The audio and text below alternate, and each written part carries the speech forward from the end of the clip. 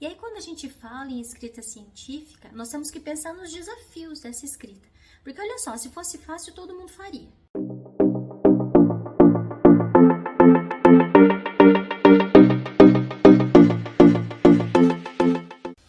Olá, vamos conversar um pouco a importância da escrita científica na odontologia. Bem, como vocês sabem, a odontologia é uma ciência e toda ciência ela evolui constantemente. Só para vocês terem uma ideia, no passado a odontologia era feita por barbeiros cirurgiões. Não tinha anestesia. Hoje, se você for ver toda a evolução de equipamento, de formação e de procedimentos, a odontologia se parece muito pouco com aquela odontologia lá de trás. Mas por que tudo isso? Porque a odontologia como ciência, ela vem evoluindo ano após ano. Melhor, dia após dia. Mas como isso acontece? Como tudo na ciência. Os resultados, as pessoas fazem os procedimentos, especificamente na odontologia, as pessoas fazem os procedimentos, estudam os resultados, fazem uma leitura dos resultados e avaliam se aquilo é positivo ou negativo. Se aquilo for positivo e ainda puder ser melhorado, é uma evolução. E se aquilo for negativo e com certeza tem que ser melhorado, isso também é evolução. Na odontologia, esse fazer, avaliar e reavaliar para então dar um novo passo é uma constante. Todo mundo que faz odontologia hoje se beneficia e tem se beneficiado desde que o mundo é mundo dessa evolução constante da ciência, dessa evolução constante da nossa odontologia. Mas como é que a gente faz para isso? Como é que a gente pode participar desse processo? Através da escrita científica. Hoje, com a evolução tecnológica, com a qualidade, com a quantidade, a velocidade que a gente recebe novas informações, ficou muito mais fácil. Mas também ficou mais perigoso, porque do mesmo jeito que as informações muito importantes e de alta confiabilidade são passadas rapidamente, informações incorretas, informações distorcidas, resultados mal analisados também são passados de maneira muito rápida. E aí que nós, dentistas, temos que ficar muito atentos. Por quê? Nós temos que avaliar aquilo que é melhor e separar daquilo que é pior, e não aquilo que é mais conveniente. O que é mais conveniente para mim nunca deve ser tomado em primeira, nunca deve ser deixado em primeira posição. O mais conveniente e o melhor para o paciente é que deve sempre ser priorizado. E essa validação de novas descobertas, essa disseminação do conhecimento, ela é feita basicamente nos congressos, na apresentação dos painéis científicos, dos painéis científicos, dos painéis clínicos, nas jornadas de estudo, mas de maneira muito mais eficaz e amplamente divulgada através da literatura científica.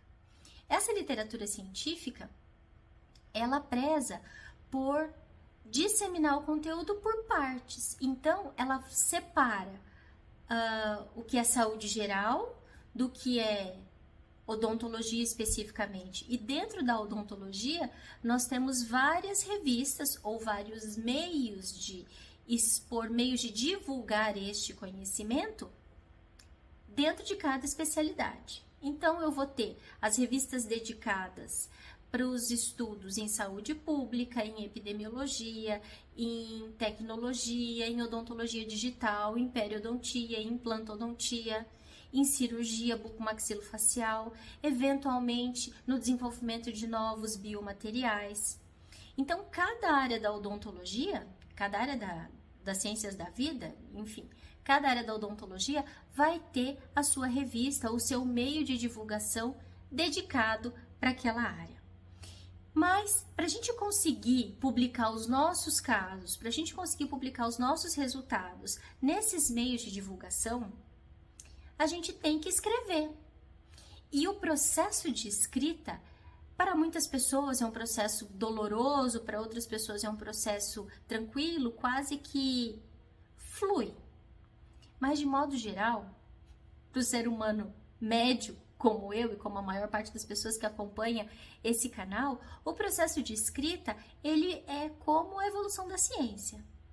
Escreve, lê, não tá bom, reescreve, refaz, até que você chega num padrão, um padrão que é o padrão aceito para publicação numa revista importante lá na sua área, ou uma revista que seja não uma revista, mas um material suficiente para sua monografia, para o seu TCC. Mas o processo de escrita em si é como qualquer outra atividade, é tentativa, erro e acerto, tentativa, erro e acerto e prática. Vai fazendo todos os dias, vai fazendo todos os dias. Aquela história do tira um período do seu dia, agenda esse período. Vai ser 1 hora, vai ser meia hora para você sentar e escrever. Isso também funciona. Na academia, por exemplo, você tira um dia, 1 hora do seu dia para ir na academia. Você tira 1 hora do seu dia para fazer determinada atividade. No caso da redação científica vai ser a mesma coisa. Você tem que se organizar.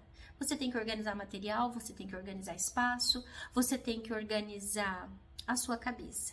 E quando eu falo em organizar a sua cabeça, é elaborar um método que facilite a sua escrita, um método que faça com que essa escrita seja mais fluida, seja mais fácil. Mas sim, fácil não no sentido ruim, mas seja mais dinâmica. Uma coisa leva a outra, um passo, uma parte escrita leva a outra, a lógica da escrita. E isso é um método, esse método que leva a lógica da escrita facilita muito a sua vida.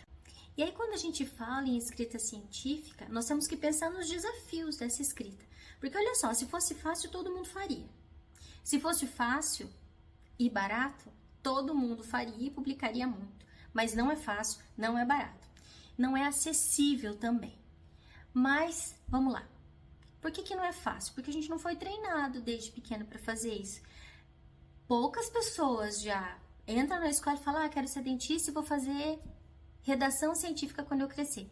Eu acho que nunca conheci ninguém que tivesse isso muito claro na sua vida, desde do ensino fundamental. Mas enfim, você tem que treinar. Você tem que treinar, você tem que desenvolver as suas habilidades. Uma outra dificuldade é o estilo. Cada autor, ele tem o seu estilo. Verifica, então, se a revista para a qual você quer escrever, ela aceita o estilo como seu. Às vezes a revista não aceita. E para publicar, ou você muda o estilo, ou você muda a revista. Vamos lá. Revistas internacionais hoje, elas têm cobrado valores altíssimos para a publicação dos seus artigos.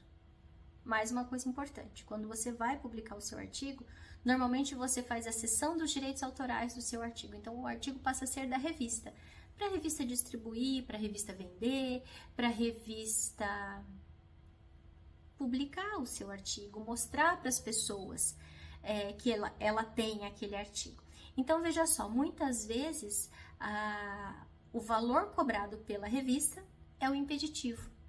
Mas existem alternativas. Existem outras revistas que não cobram, existem ainda revistas que dão uma ajuda, elas dão um desconto, até mesmo isentando a publicação daqueles autores que trabalham com o sistema público de saúde.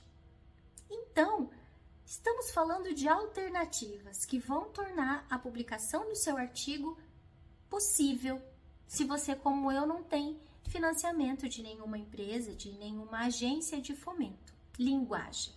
A linguagem técnica pode ser um impeditivo? Com certeza. Mas aí, meu amigo, desculpa, é treino mesmo. Quanto mais você ler artigos científicos, mais você se acostuma e se adequa com aquela linguagem. Não tem milagre. Quanto mais você recebe essa informação, mais fácil é de você colocar essa informação depois no papel. O processo em si, ele pode ser um impeditivo? De certa maneira pode, mas ele só é impeditivo quando você não usa uma sequência lógica, quando você não tem muito certo para onde você está indo, quando você não tem muito certo o que você vai fazer. Para isso eu tenho uma solução, um método. Procura um método e eu tenho esse método que pode te ajudar.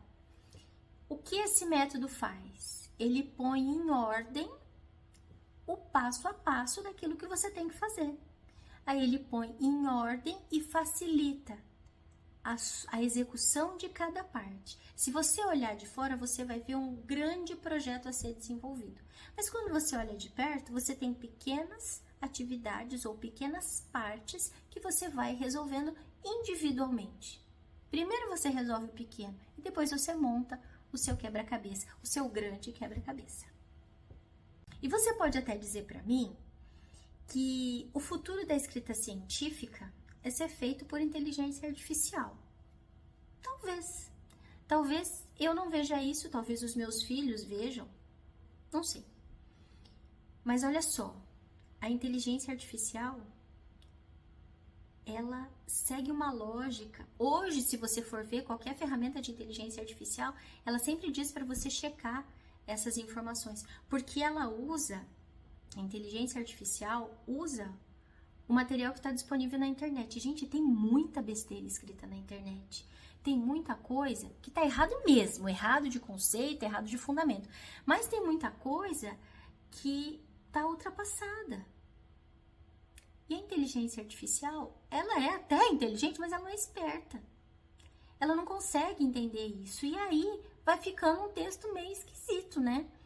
Então, pode ser que no futuro a inteligência artificial realmente vá fazer isso e não vai mais ser considerado plágio, porque hoje é considerado plágio, inclusive se você utiliza a inteligência artificial para escrever o seu artigo, porque você pode até ter feito o pagamento para aquele aplicativo de inteligência artificial fazer para você, mas não é seu.